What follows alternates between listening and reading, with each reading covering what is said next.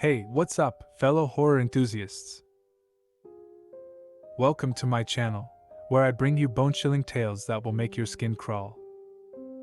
Today, I'm going to share a personal experience that still haunts me to this day. So, grab your popcorn, turn off the lights, and let's dive into this spine-tingling story. Picture this.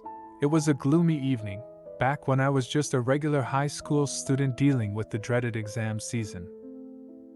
As the clock ticked away, I found myself buried deep in textbooks at the library, desperately trying to cram as much information into my brain as humanly possible.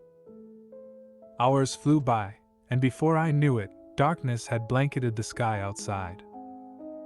With a sigh of relief, I closed my books, packed up my stuff, and prepared to head home. Now, let me set the scene for you.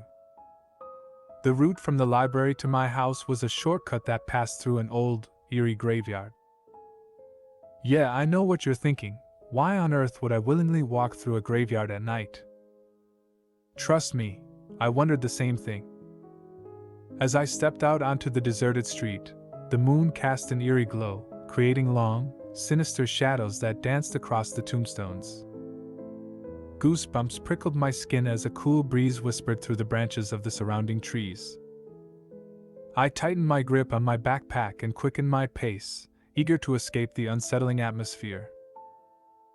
My heart raced with every step I took, each crunch of fallen leaves echoing in the stillness of the night. The graveyard loomed ahead, an intimidating sight that sent shivers down my spine. But there was no turning back now. I had to press on. Ignoring the rustling of unseen creatures in the bushes and the distant hoot of an owl, I kept my eyes focused straight ahead. That's when I saw it.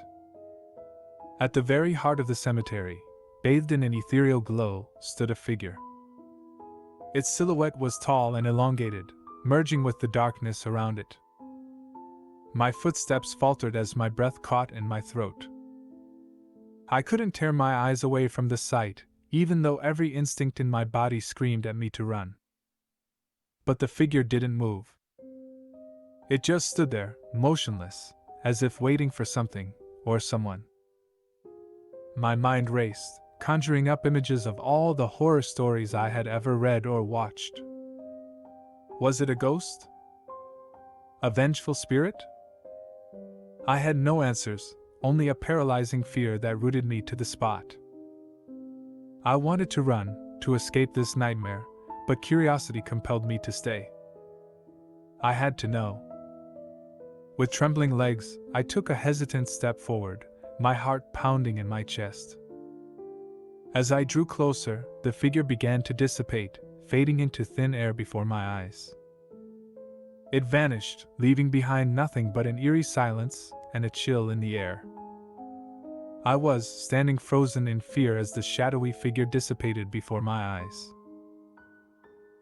My heart pounding like a drum, I mustered up every ounce of courage and began walking rapidly towards home, desperately trying to ignore the lingering dread that clung to my every step. But something was off.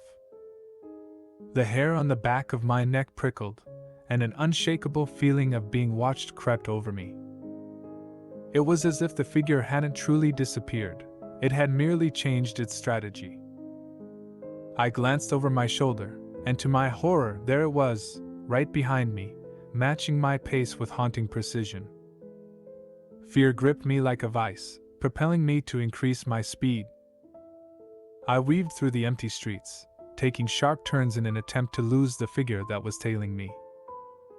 But no matter how fast I ran or which direction I took, it stayed right there, as though it had become an extension of the night itself.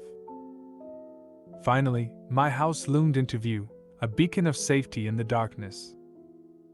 I sprinted toward the front door, fumbling for my keys, and practically threw myself inside. With trembling hands, I locked the door behind me, gasping for breath. I called out to my parents, panic lacing my voice, hoping they would bring some sense of security and rationality to this nightmare. Mom! Dad! You won't believe what just happened! I yelled, my voice quivering with a mix of fear and urgency. They hurried into the hallway, concern etched across their faces. I struggled to catch my breath as I stumbled over my words, recounting the bone-chilling encounter I had just experienced. But as we ventured outside to confront the figure and prove the reality of what I had witnessed, a sinking feeling settled in the pit of my stomach. The figure had vanished into thin air once again, leaving behind no trace of its presence. My parents exchanged worried glances, their eyes reflecting a mix of concern and skepticism. "It must have been your imagination, dear," my mother said, trying to soothe my frayed nerves. "You've been reading and watching too many scary stories lately. Your mind must have played tricks on you." I wanted to believe her, desperately cling to the notion that it was all just a figment of my imagination. But the vividness of the encounter, the cold grip of fear that still lingered within me, made it impossible to dismiss it as a mere illusion. As I lay awake that night, the events replayed in my mind, haunting me with their unanswered questions. Who or what was that shadowy figure? Why did it follow me home? And most importantly, what did it want? After that night, life went on. Days turned into weeks, weeks turned into months, and soon enough years had passed. The incident that once shook me to my core had become nothing more than a faded memory, lost in the depths of time. Everyone had forgotten or dismissed it as a figment of my overactive imagination. But here's the thing, my friends, I know the truth. I know that even to this day, that shadowy figure remains. Each time I find myself passing by that cemetery late at night, whether by choice or by chance, there it is, watching, waiting, a ghostly presence that defies explanation. The first time it happened after that initial encounter, I brushed it off as a coincidence. I mean, what were the odds, right? But as the sightings became more frequent, I couldn't deny the chilling reality that unfolded before my eyes. It didn't matter if I was alone or with a group of friends, that figure would always reveal itself, lurking amidst the tombstones, a silent sentinel of the night. I tried to share my experiences, to reach out to others, hoping to find someone who would believe me, who would validate my fear. But each time, I was met with laughter, mocking comments, and dismissive glances. It seemed that the world had conspired against me, erasing the truth of that night, leaving me to confront the unknown alone. So here I am, recounting this story once again, to anyone who will listen. But I know what you're thinking, I must be crazy, right? Well, that's okay. Call me a storyteller or a madman, it doesn't change what I see, what I feel in the deepest depths of my being.